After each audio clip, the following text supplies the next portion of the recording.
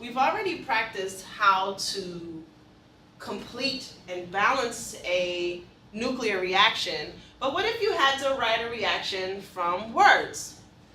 Let's use this example to help us figure out how to write a nuclear equation. So the guide to completing nuclear equations is, number one, write the incomplete equation, meaning write what you're given from the information, determine the missing mass number, step 2.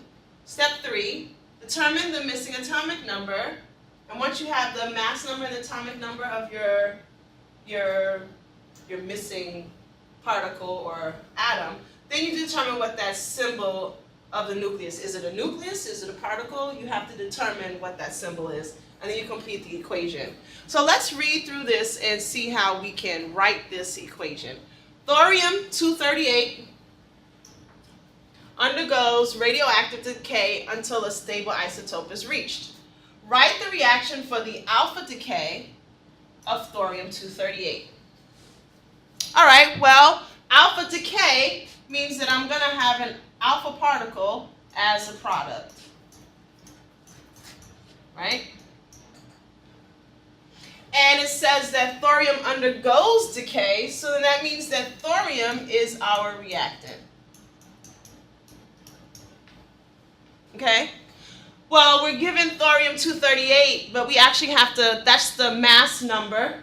So we've got to look on the periodic table to determine what the atomic number is for thorium. So if we look on our periodic table,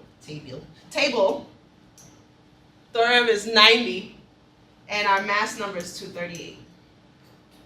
Well, it says that it undergoes radioactive decay. It doesn't say that it's being bombarded with anything. So it undergoes radioactive decay, so I can just write my forward arrow. And then it says that I end up with alpha, an alpha particle, because it's alpha decay.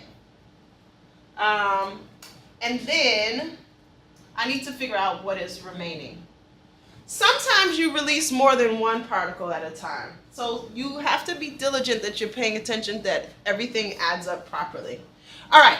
So let's take a look at we've got to make sure, determine the missing mass number. So if I've got 238 on my reactant side and I've got a 4 on the product side, 4 plus what gives me 238? 234. Now I need to determine the missing atomic number. I've got 90 on my reactant side and 2 on my product side. So 2 plus what gives me 90? 88. Now the next step says to determine the symbol of the new nucleus. Well, you've got to go back to your periodic table. What has the atomic number 88? Radium.